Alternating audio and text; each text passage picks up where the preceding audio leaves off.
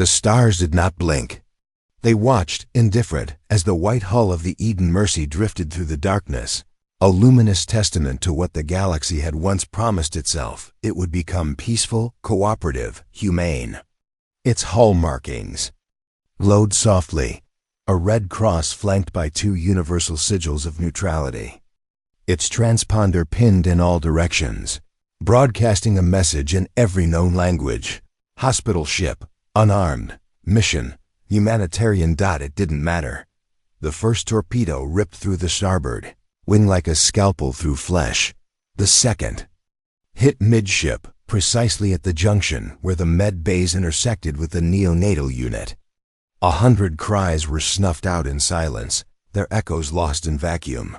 The crew never stood a chance. The bridge had no weapons, only patient logs and navigation charts. In the communications bay, Dr. Melna Shu bled out while trying to send one last transmission. Her fingers, slick with her own blood, slipped across the console. She wasn't a soldier. She was a pediatric surgeon from Snow Paulo. She joined the Eden Mercy to heal, not to die screaming into static. But somehow the message got out. It was garbled, chopped by interference and jamming fields. But Earth received it. Or, more specifically, Admiral Hallie Reese received it, while sipping her first coffee of the rotation aboard the TN's Vengeance, Earth's oldest dreadnought still in active service. One eye on the tactical overview, one eye on the stars. The message was just a burst of static, and then, attacked. Repeat. We are.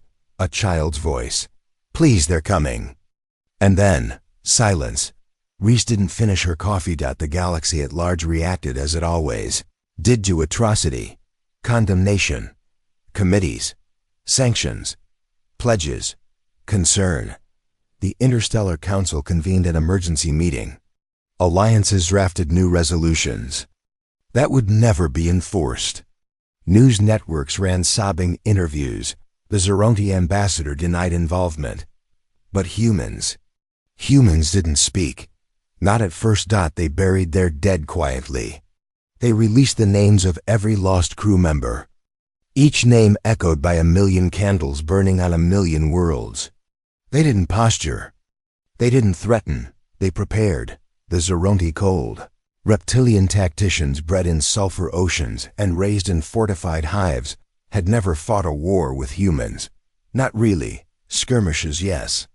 Political friction, sure. But an outright war? No. Their cultural doctrine labeled humans as predictably emotional. In Zeronti military strategy, emotion was weakness. Sentiment was irrational. Grief was vulnerability. They assumed humanity would mourn. They were correct. They assumed humanity would hesitate. That was their first mistake, because behind every human tear, there was memory. Behind every candle, there was fury. And behind every hospital ship, there was a fleet.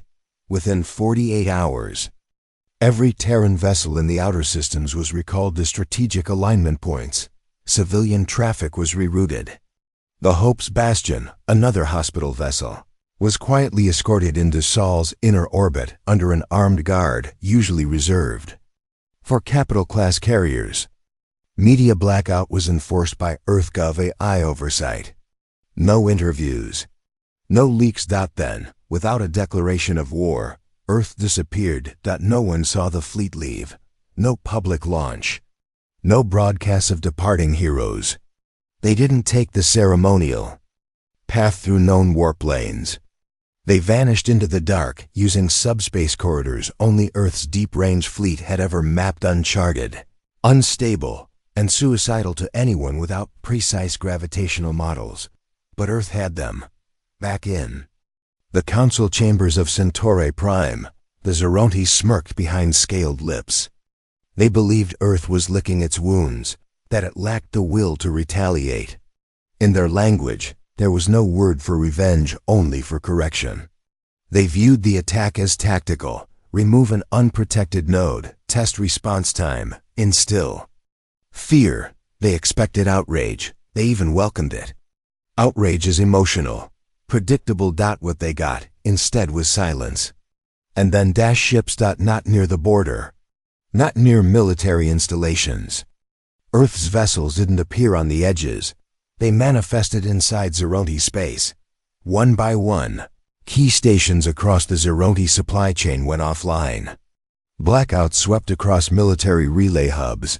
Resource mining facilities stopped transmitting. No explosion. No alarms. Just darkness. A deep space cargo hauler passing near the moons of Virax recorded it. One moment the moons were quiet and empty. The next, the shadows moved.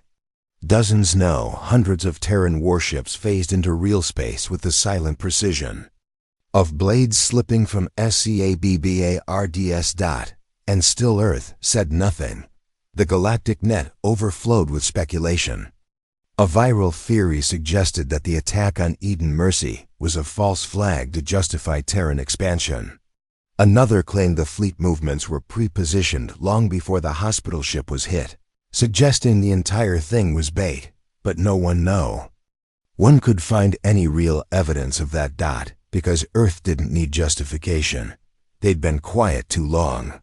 Held back too much. Warned the galaxy not to mistake mercy for weakness.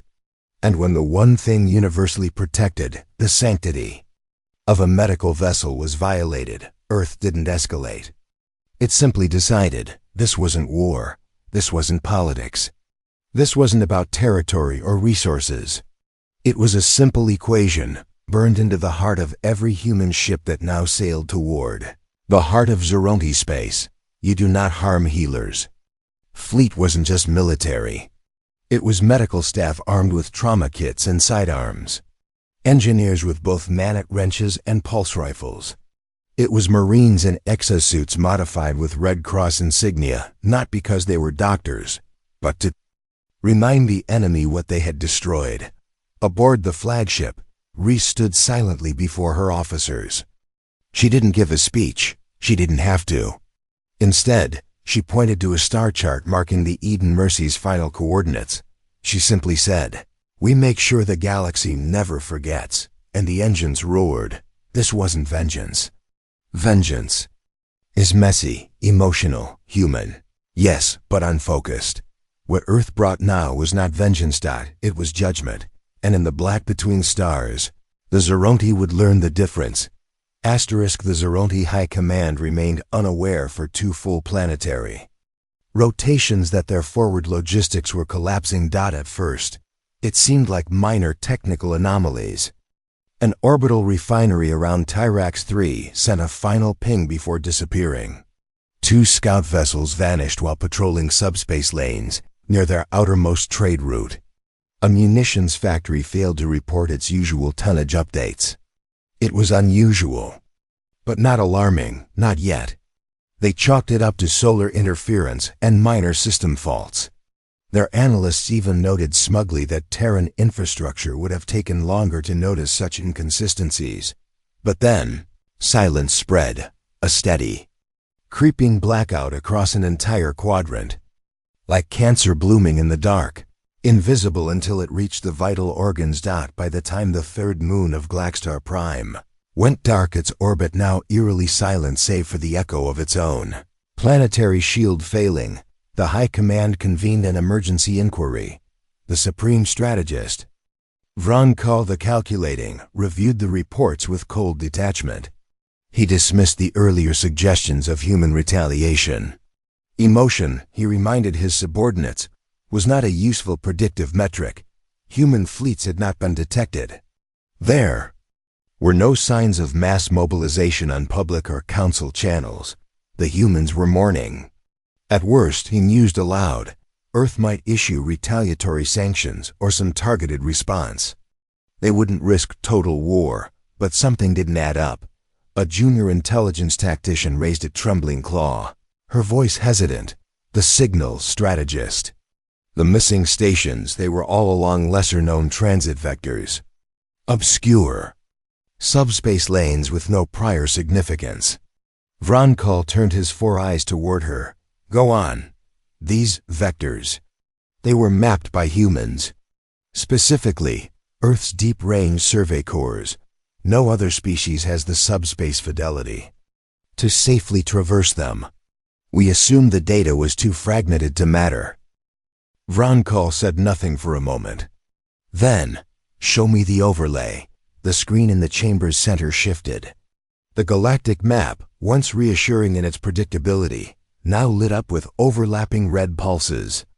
Each ping marked a point of silence. Each one connected by a faint trail of subspace transit routes once thought irrelevant. Taken individually, they were nothing, but together they formed a noose. The chamber went still. Even Vronkol's voice faltered for a fraction of a second. "How many systems are already compromised?" "Unknown," came the quiet reply. "But we estimate at least a dozen strategic outposts. Possibly more." No one dared utter the word on everyone's mind.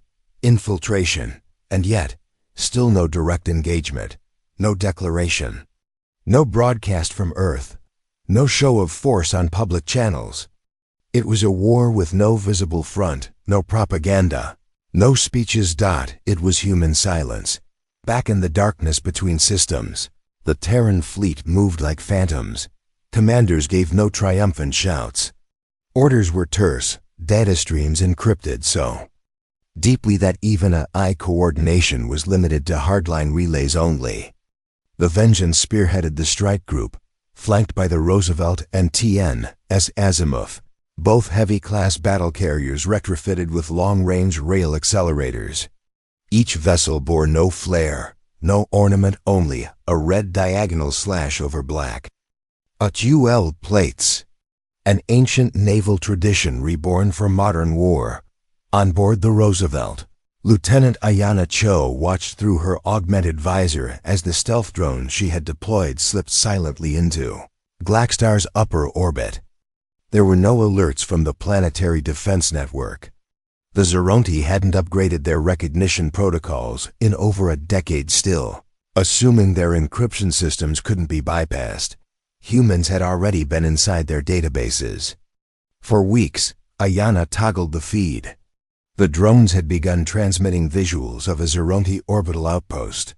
Hundreds of them scientists, engineers, personnel going about their tasks, unaware that the vacuum around them had already been weaponized. She hesitated. "Target acquired," her AI whispered in her ear. "Confirmation?" "Stand by," Ayanna murmured. She wasn't hesitating because of fear. It was something else. Something she couldn't name. She had been trained to disable, not destroy.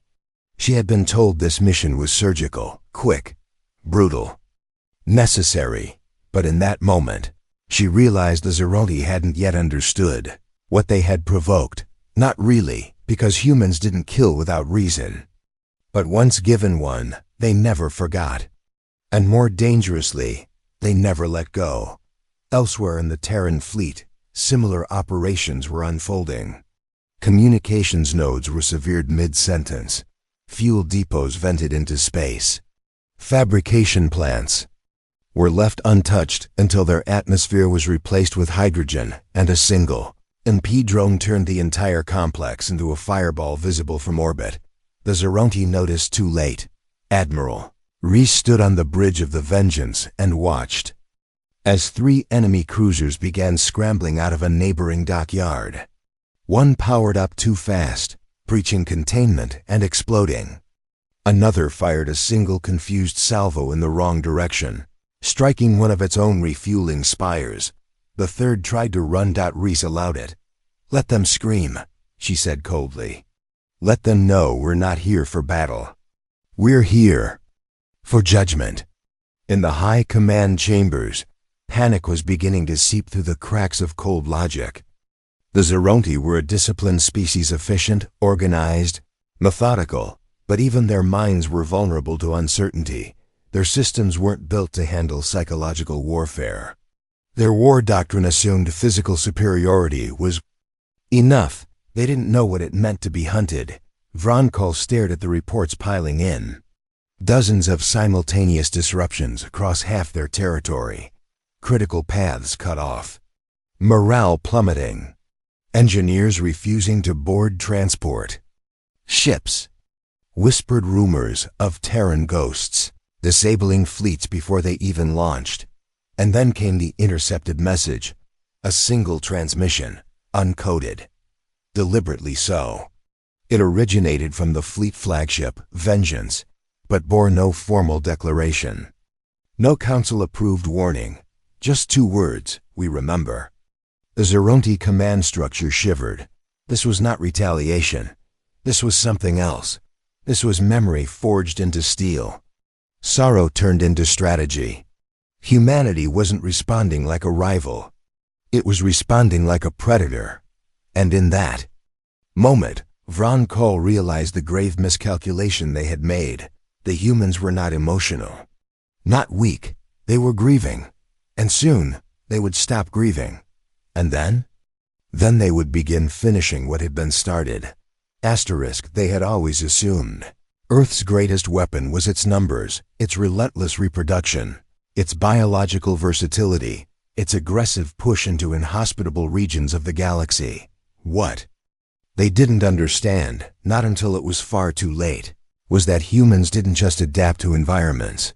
They adapted to war itself when the Zeronti cruiser Tyrannoc attempted to enter Earth-controlled space through the neutral Traven expanse. It didn't make it halfway through the corridor. One moment it was surrounded by shimmering starlight, and the next nothing. No distress beacon, no transmission, just silence. An entire capital ship, gone like it had never existed. At first, the High Command suspected a spatial rift or dark matter fault. But when a second vessel, the Vascal Trin, tried to trace the Tyrannoc's path and met the same fate, a single line of data was recovered from its outer buoy. It was a time-stamped warning. In English, stop, you are not welcome, not a threat. Not a declaration of war, just a fact. A boundary. Behind it, Earth stood waiting. Admiral Reese had predicted their response. She watched from the flagship Vengeance as the Zeronti began to pull back from contested zones, recalling support ships and reinforcing central garrisons. A rational move, the wrong one. Because Earth wasn't fighting for conquest. Earth was not interested in territory or resources.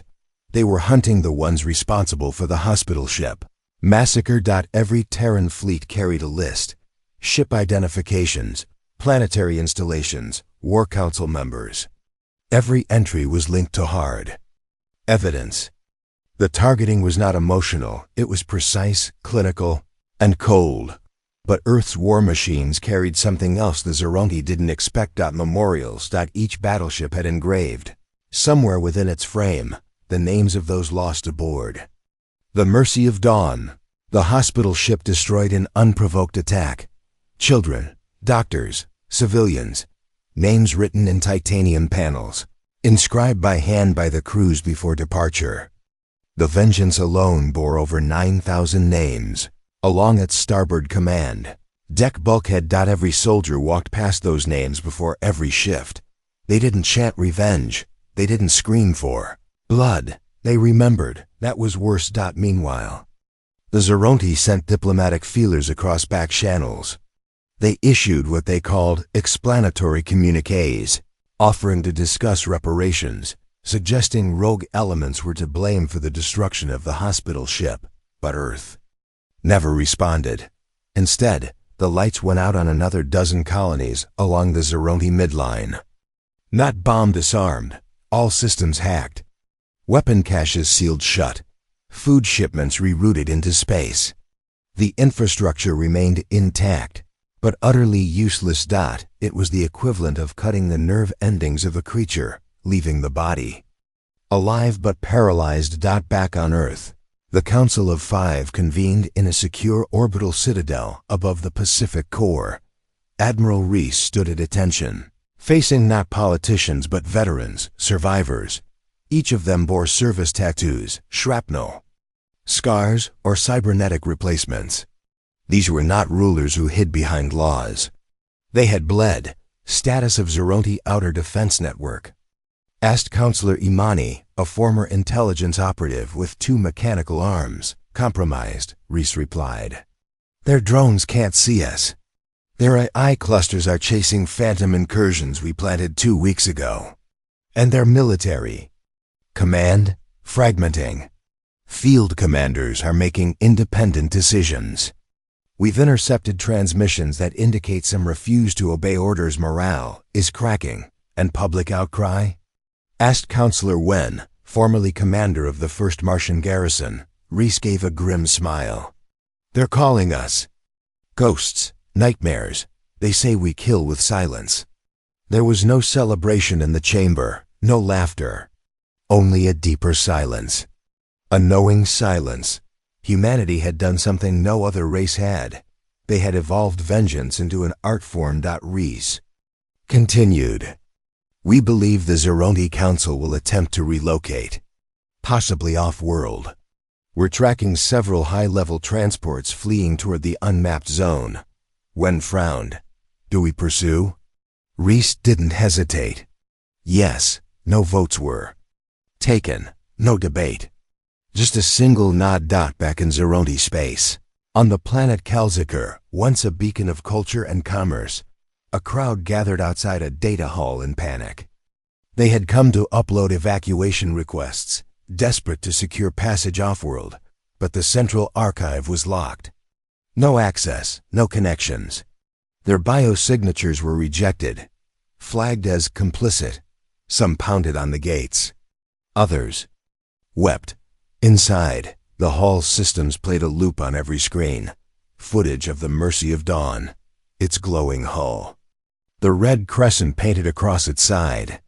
Children playing near viewport windows. Nurses preparing aid kits. And then the explosion.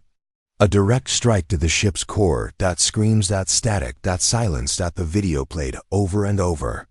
And at the bottom of each screen, 2 Terran words in white letters.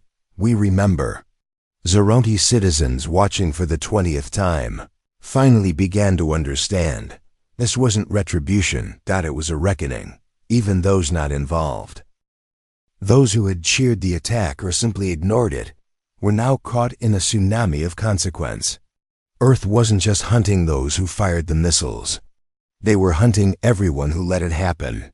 Vronkul, now stripped of his strategist title and fleeing aboard a civilian vessel disguised as a refugee ship, tried to issue one last warning to his surviving commanders. They're not fighting us, he said in a final unencrypted transmission. They're dismantling us like we were never here. Like we were a stain. It was intercepted, and moments later, his ship disappeared into a blinding pillar of white light. No explosion. No debris. Just erasure. Aboard the Vengeance, Reese looked over the transmission logs. She studied Vronkul's final words and for a brief moment, allowed herself a single exhale of sadness. Not pity, but recognition. They had finally realized the humans had not gone mad with rage. They had simply decided to end the cycle. Permanently. The Zeronti had prepared for a war, but what Earth brought was a calculated extinction of capability. The Zeronti command believed themselves ready when the war escalated. They deployed their stealth cruisers, their orbital strike platforms, even their forbidden gravitic pulse cannons, technology meant to tear small moons in half. Entire fleets were repositioned along choke points. Magnetic traps were laid out across dark corridors of space, and defense grids were spun across their core systems like a silver net. They were ready for Earth to come at them with brute force, but brute force never came. Instead, the humans disappeared, and then, one by one, so did the systems keeping the Zeronti civilization running. It began with the primary communication relay. In the Velter sector, it didn't explode. It didn't go offline. Instead, it simply began rebroadcasting old Zeronti propaganda on loop videos showing High Command denying any involvement in the hospital ship incident, overlaid with files Earth had obtained from hacked internal comms. Footage of Vronkul boasting of the strike. Officials laughing, applauding. Those images now played across their own civilian networks. Their own children watched it. And the humans never claimed credit. There were no Terran insignias. No war cry, only one line of code, blinking in Zeronti. Script: there is no refuge from truth. From there, Earth dismantled the galaxy's once proud second-largest empire without launching a single full-scale planetary bombardment. Instead, they shredded the very idea of the Zeronti as a sovereign power. Power stations failed, not from attack, but because nanodrones injected tiny errors into their regulation software, errors that wouldn't have been noticed for weeks, but now collapsed the grid in seconds. Supply routes were jammed with phantom fleets that didn't exist. Earth's AI warfare ships had turned Zeronti traffic algorithms against them. Star freighters waited in endless loops for travel clearance that would never come, slowly running out of fuel in orbit while their crews panicked and starved. On the frontier moons of the Zeronti border, mining colonies woke to find their automation had been hijacked. The machines still worked, still dug, but now built nothing but massive piles of slag metal, useless twisted towers arranged in human shapes. Monuments to the dead, they began to whisper among themselves. Ghosts, they called them. Human ghosts. The military, confused and desperate, decided on a bold move: strike Terra itself. Surely Earth would pull back once threatened directly. Surely beneath the armor, these creatures had a threshold. A moment of vulnerability. Zeronti Fleet General Skarn Turiel assembled his forces, a battle group of 12 capital ships and 30 escort destroyers. He led them in a direct assault vector toward Sol, and that was when Earth revealed the third layer of its strategy. No Terran Defense Force met them in deep space. No kinetic interdiction. No orbital dogfight. Instead, as the fleet passed into what humans called the memory band, a stretch of space between Mars and Jupiter, where ancient probes once mapped the system, a single signal activated. Dozens of dormant human satellites awoke, relics from centuries past. They had been mistaken for debris, their power signatures long dormant, but now they pulsed as one. Zeronti. Systems went haywire. HUDs flooded with images. Not commands, not warnings, faces, the faces of the dead. Each screen filled with portraits. Men, women, children, those lost on the mercy of dawn. Medical staff smiling in their uniforms. Teachers, patients, volunteers. Some waved. Others just looked out with quiet, peaceful eyes. It was a digital wall of memory. Every Zeronti pilot was forced to look upon those they had killed. Every captain saw the children in their final hour. And then, on every ship in General Tyrell's fleet, all engines shut down simultaneously. A single ancient Terran drone floated before them. Barely the size of a shuttle, its hull charred and patched a dozen times over. It had no weapons, no shields, but it broadcast a single steady message in the universal tongue: you were warned. The Terran war fleet had never needed to leave orbit. Back on Calziker Prime, the surviving Zeronti leadership attempted to initiate their final contingency plan, a scorched Earth fallback. If Earth was coming, they would deny them resources, destroy their own installations, and retreat into the deep zones. But the command codes didn't work. Their self-destruct systems had been overwritten. By humans. Worse still, Terran forces didn't even seize the installations. They simply locked them, preserving them as monuments. One planetary governor sobbed as his orbital refinery locked itself shut and began projecting a holographic image of the mercy of dawn into the sky, visible from every city on the surface. We're not just being attacked, he said into a private channel. We're being educated. Even the lower-ranking soldiers began to break.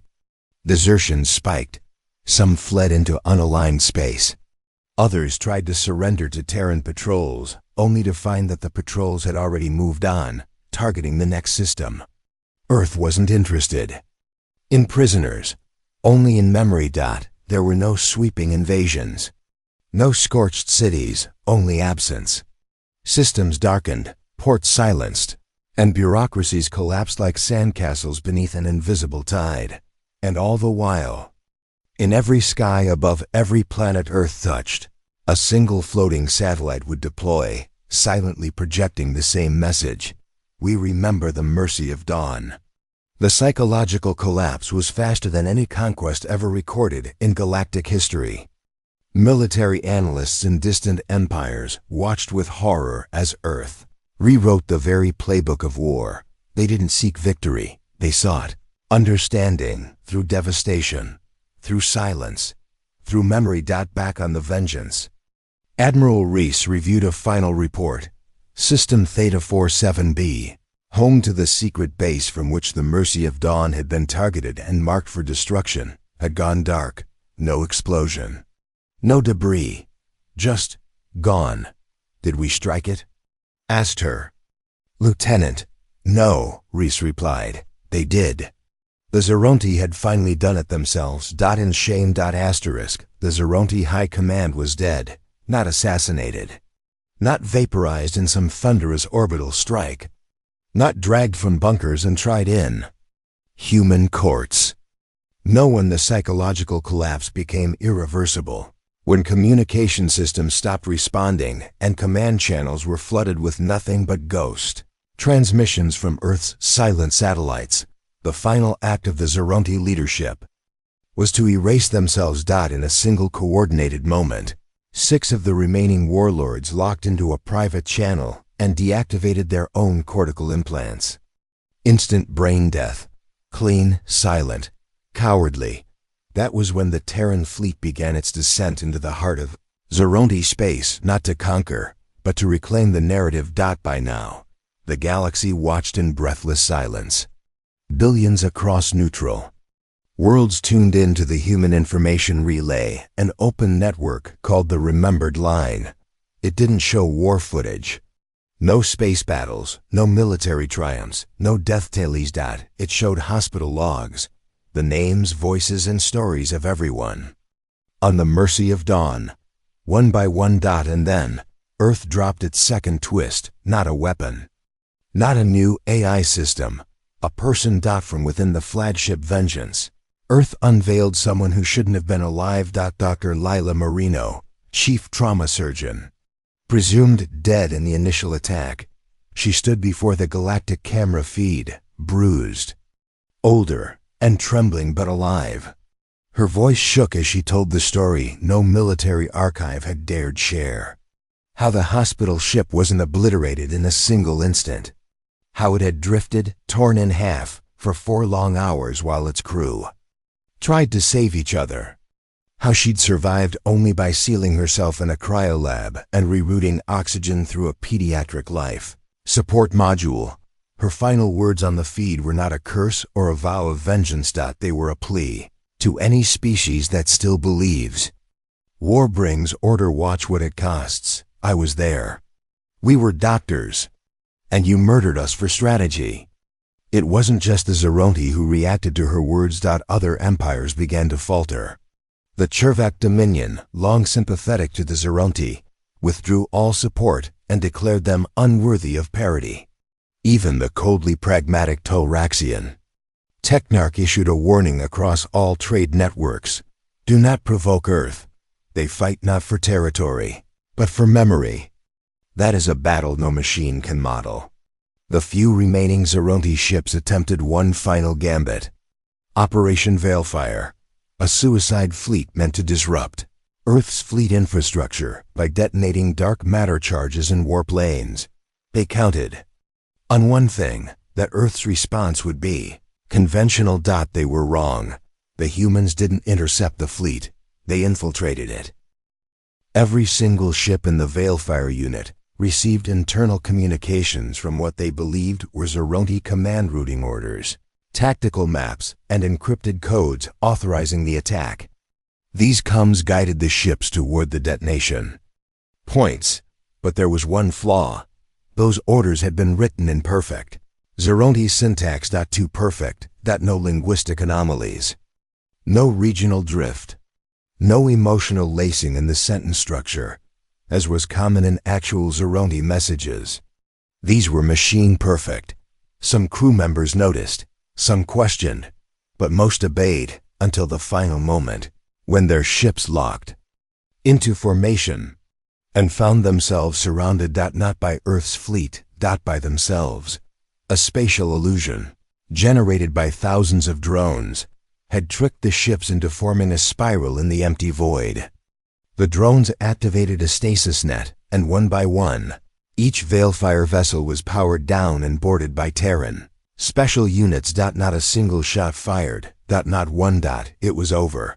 The Zoronti had lost their war not in flames, but in isolation. Yet, Earth wasn't finished, because the real weapon, the unstoppable force, wasn't cloaked ships, Black Ops drones, or ancient orbital eyes.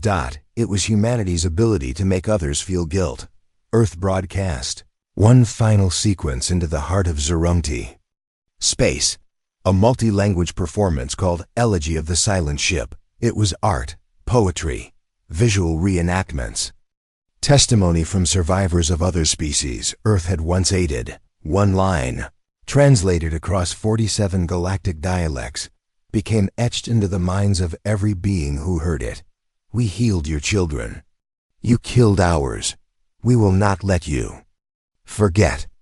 Galactic historians would later call this moment the Grief Reckoning, not a declaration of war, but a declaration of remembrance. And still, Earth didn't occupy.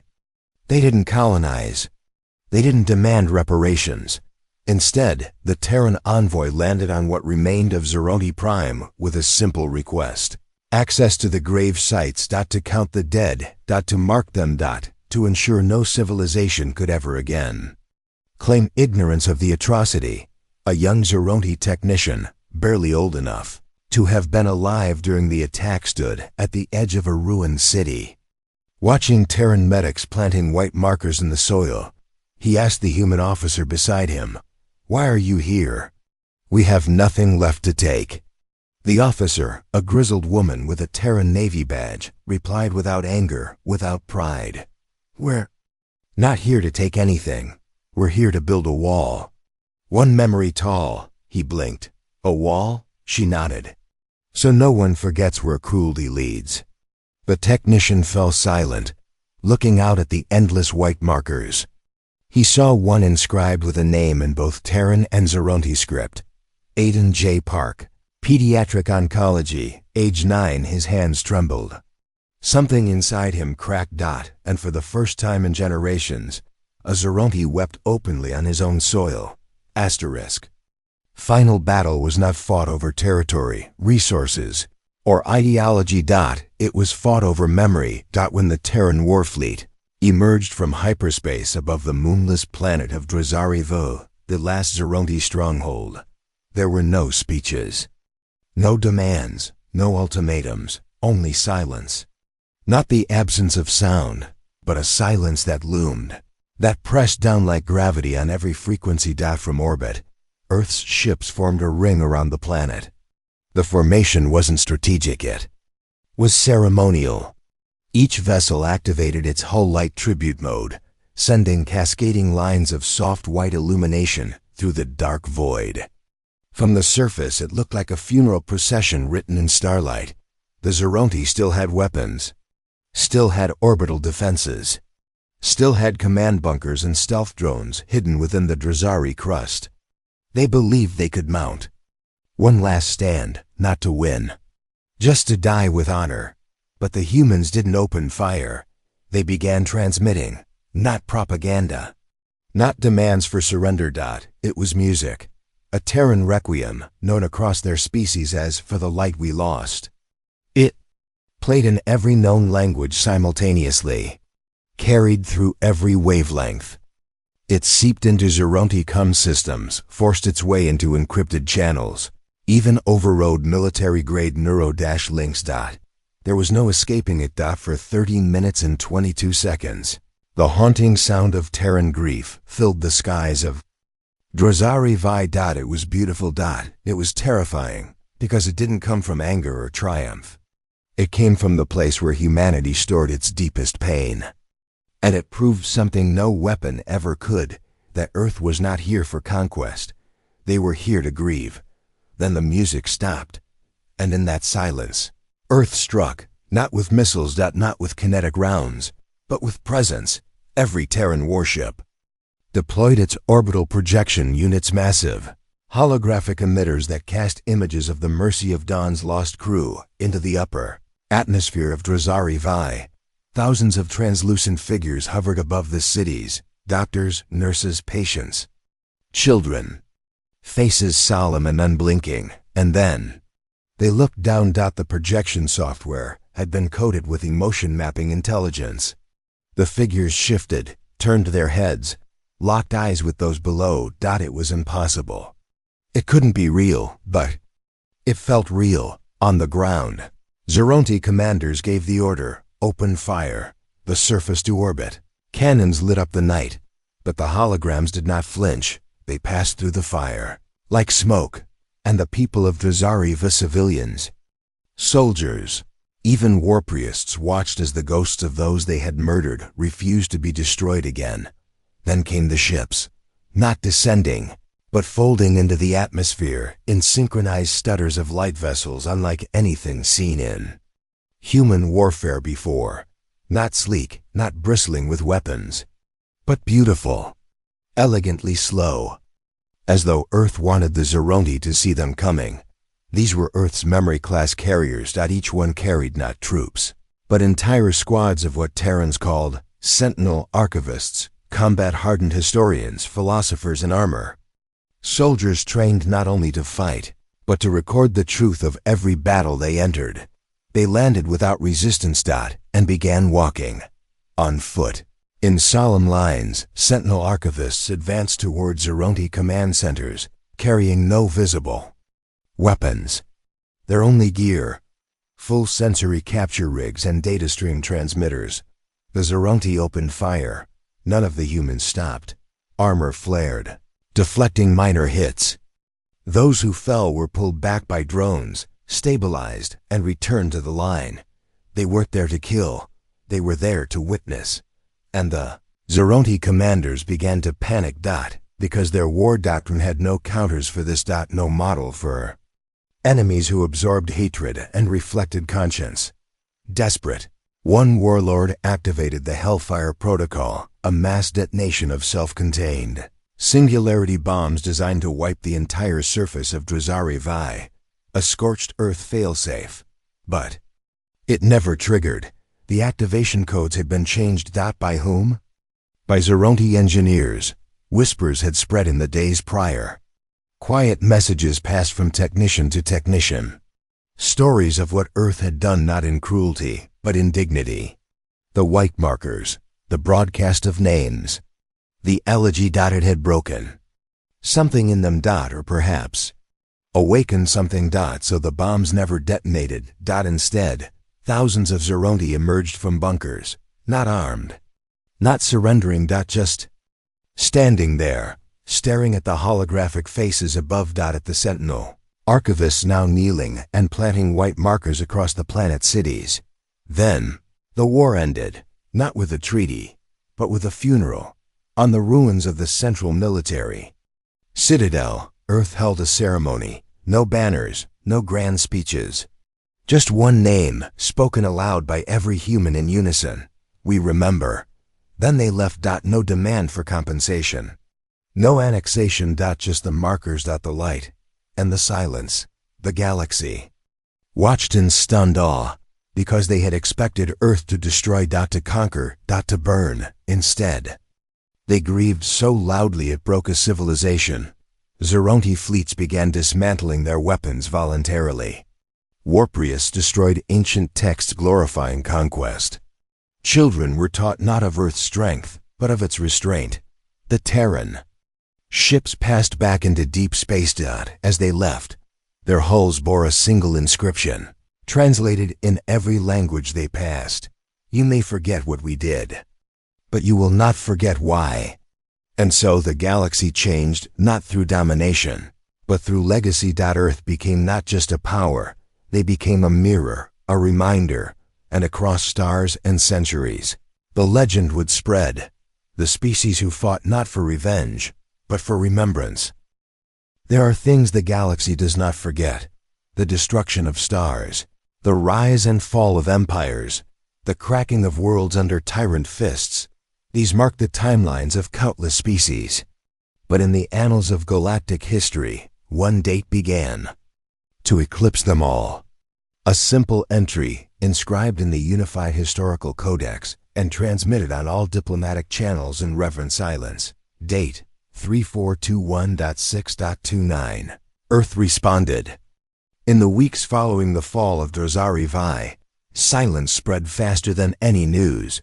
Not one retaliation, no counter-ambushes, no mercenary raids. The stars, long governed by cycles of vengeance and strategic reprisal, seemed to hold their collective breath. The Zoronti Empire, fractured and bowed, initiated full demilitarization protocols, dismantling warforges that had blazed since the time their sun first burned yellow. And Earth? Earth withdrew. The Terran warfleet vanished into the void, not lingering to assert dominance or extract punishment. They left only the white markers stark, unblinking memorials that encoded the names of the 3,248 souls aboard the Mercy of Dawn, the hospital ship that began it all. They left them standing like silent witnesses, blinking softly in planetary shadows. For the galaxy, the absence of Earth was more terrifying than its fury. The Council of Nine, long the galaxy's de facto peacekeeping body, convened an emergency summit on Calthoria. Every species sent envoys, including the Zoronti who, for the first time in history, arrived unarmed.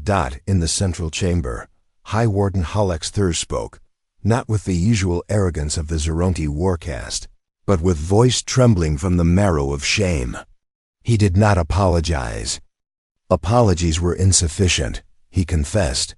He told of the initial attack, how their intelligence reports indicated that the Mercy of Dawn was an auxiliary command carrier disguised as a hospital vessel. He admitted they had feared the compassion of humans even more than their wrath, because compassion was impossible to conquer.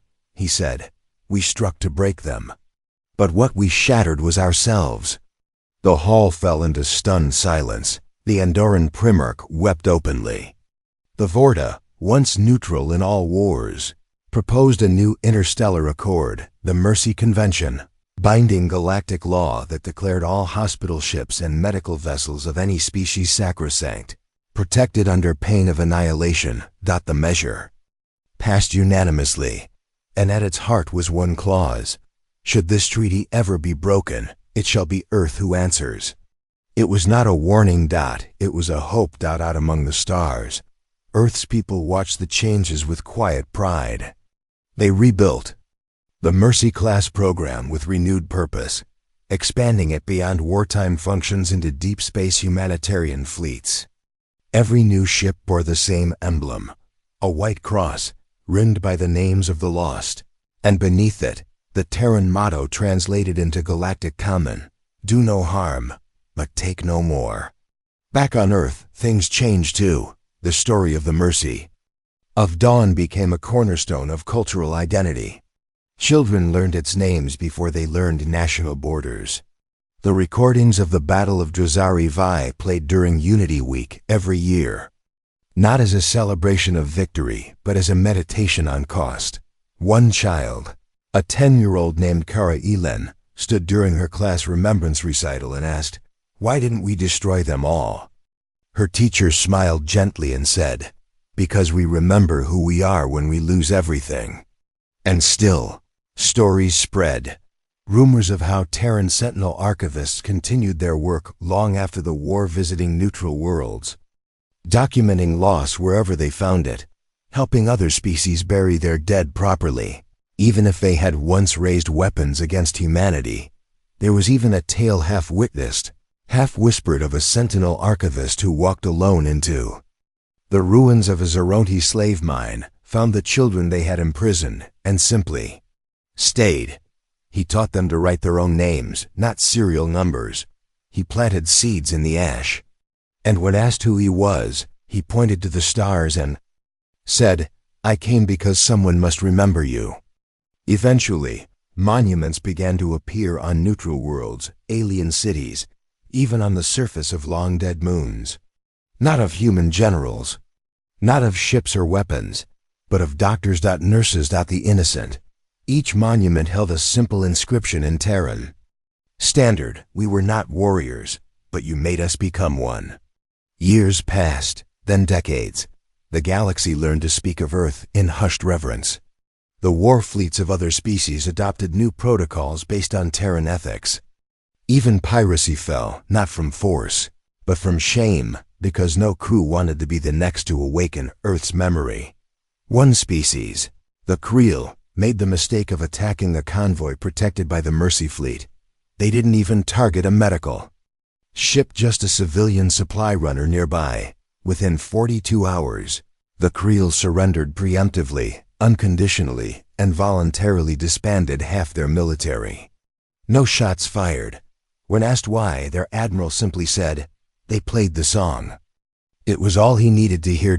In the end, it was not Earth's strength that redefined galactic warfare. It was Earth's standards. They changed everything, not by demanding tribute or territory, but by drawing a line in the stars, and then mourning those forced to cross it, and the galaxy followed. Because in the void of space, where silence and death so often reigned, Earth had done something no one expected. They had made compassion lethal. And in doing so, had rewritten what it meant to be powerful. On the anniversary of the Battle of Drozari VI, the stars dimmed across hundreds of systems in synchronized tribute. Space stations flicked their lights off for 13 minutes and 22 seconds. Music played once again, not a call to arms, but an elegy, a promise that what happened would never happen again. And from the deepest voids, a whisper passed between species. Words spoken in reverent tones, passed from mouth to ear in old traditions. No longer in fear but in awe, they defended a hospital ship. And the galaxy was never the same.